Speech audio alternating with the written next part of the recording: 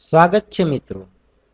આ વિડિયો ટ્યુટોરિયલમાં આપણે માઇક્રોસોફ્ટ એક્સેલની અંદર વર્કશીટ વિશેની જાણકારી મેળવીશું। માઇક્રોસોફ્ટ એક્સેલ 2007 અનલિમિટેડ રોઝ અને અનલિમિટેડ કોલમ્સ પૂરી પાડે છે। એટલે કે આ જે કોલમ આપવામાં આવે છે એનું કોઈ નિશ્ચિત માપ નથી। તમે તમારી જરૂરિયાત મુજબ કોલમ્સ વધારી શકો છો અને તમારી હરોળ એ પણ અનલિમિટેડ છે।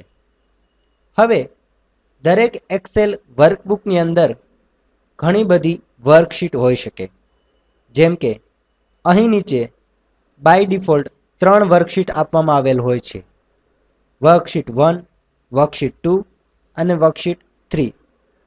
તમે એ વર્કશીટમાં અલગ અલગ ડેટા સાચવી શકો છો, જેમ કે મેં અહીં એક ટેબલ બનાવેલ છે જે બાલાજી સેલ્સ ફોરકાસ્ટ નામની કંપનીનો ડેટા સાચવી રહી છે। એવી જ રીતે મેં પીવીઓટ રિપોર્ટ અને પીવીઓટ ચાર્ટ અલગ અલગ વર્કશીટમાં બનાવેલ છે। તો આ રીતે તમે અલગ અલગ વર્કશીટની અંદર જુદો જુદો ડેટા સાચવી શકો છો। વર્કશીટ બનાવવા માટે કે વધારે વર્કશીટ ઉમેરવા માટે તમે કોઈ પણ વર્કશીટ પર રાઈટ ક્લિક કરો અને એક ડ્રોપ ડાઉન મેનુ ખુલશે, એમાંથી ઇન્સર્ટ વિકલ્પ પસંદ કરો એટલે નવી વર્કશીટ બની જશે।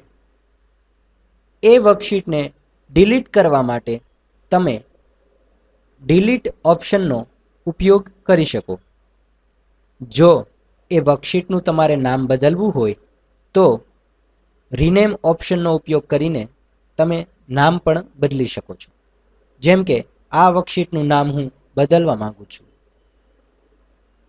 એટલે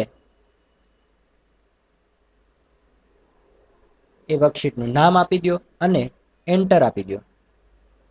વર્કશીટનું નામ બદલાઈ જશે। હવે જો તમારે વર્કશીટને કોપી કરવી હોય તો તમે મૂવ ઓર કોપીનો ઉપયોગ કરી શકો અને બીજા એક્સેલ ડોક્યુમેન્ટમાં તમે એ વર્કશીટ ઉમેરી શકો। વર્કશીટનો કોડ જોવો હોય તો વ્યૂ કોડ પર ક્લિક કરો, જેથી તમે વર્કશીટ પર લખેલા મેક્રો ફંક્શન્સનો કોડ જોઈ શકશો। એવી જ રીતે તમે ટેબ કલર, પ્રોટેક્ટ શીટ અને હાઇડ પણ કરી શકો। તો આ હતા વર્કશીટ માટેના વિવિધ ઓપરેશન્સ।